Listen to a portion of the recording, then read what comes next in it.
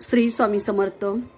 19 April या दिवशी अक्षय तृतीया आणि याच दिवशी आपल्याला अक्षय पात्र हे आपल्याला भरायचे आहे. कारण अक्षय तृतीयेच्या दिवशी जर आपण हा उपाय केला तर आपल्या घरामध्ये अक्षय लक्ष्मी राहत असती आणि कधीही लक्ष्मीचा ऱ्हास होत नाही. तर ते अक्षय पात्र कसं भरायचं, तर एका तांब्याचा किंवा पितळाचा कलश घ्यायचा आहे आपल्याला. त्याला कुंकवाने स्वस्तिक काढायचं, कडेने 2 रेषा रिद्धी सिद्धी म्हणून त्या मारायच्या. त्यानंतर लाल धागा घ्यायचा, तो 5 वेळेस त्या कलशाला गुंडाळायचा आहे. आणि त्या कलशामध्ये आपल्याला तांदूळ टाकायचे आहे. जे तांदूळ अखंड असतात असे तांदूळ घ्यायचे, ते त्यामध्ये पूर्ण भरून ओतायचे. त्यानंतर त्यावरती हळदी कुंकू टाकायचे, वाहायचे. त्यानंतर मंत्र म्हणायचा आहे, ओम महालक्ष्मीच विद्महे महासेनाय धीमहि तन्नो लक्ष्मी प्रचोदयात.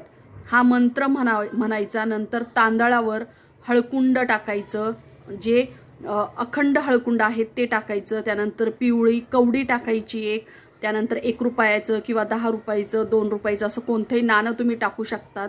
त्यानंतर तुम्हाला सोन्याची एखादी वस्तू असेल का कोणतीही वस्तू असेल ती टाकायची आहे.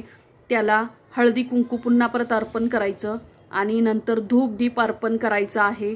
आणि दिवसभर हा कलश तुमच्या देवघरासमोर तुम्हाला ठेवायचा आहे. हा उपाय सकाळीच करायचा आहे देवपूजा झाल्यानंतर.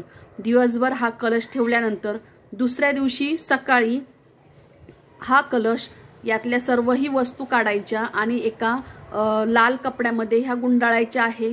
तांदूळ त्यातले थोडेसे घ्यायचे आहे आणि बाकीचे जे तांदूळ आहे तर ते पक्ष्यांना खायला द्यायचे आहे. आणि त्या सर्वही वस्तूंची एक पुडी करायची त्या लाल कपड्यामध्ये आणि तुमच्या तिजोरीमध्ये किंवा तुमच्या पर्समध्ये ठेवायची आहे. जेणेकरून लक्ष्मी तुमच्या घरामध्ये अक्षय राहील किंवा कधीही तिचा ऱ्हास होणार नाही. श्री स्वामी समर्थ.